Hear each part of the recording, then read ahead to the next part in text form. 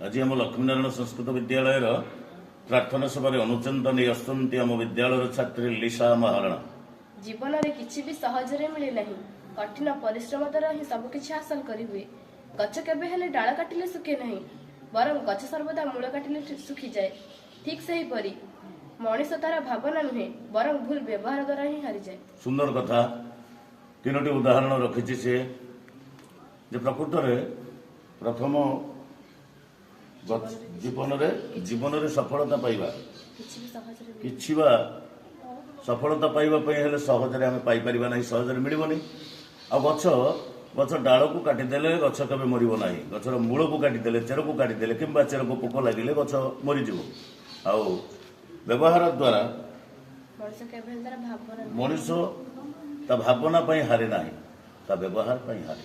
सुंदर कथा मनीष गोटे तार चिंताधारा भल चिंताधारा रहिबो, खराब चिंताधारा भी रहिबो। चिंताधारा पाई से हारे, चिंता को व्यक्त करिबा, चिंताधारा मानस रे आसीबो, मन भितर आसीबो, तो व्यक्त करिबा शब्द माध्यम रे बा व्यवहार माध्यम रे। व्यवहार रे समस्ते जय करती पराजय मध्य वर्ण करती। तेणु मनीषर व्यवहार ताकू उत्तम भाव में प्रयोग कर समाज में चलने आज अनुचिंतार संदेश सुंदर।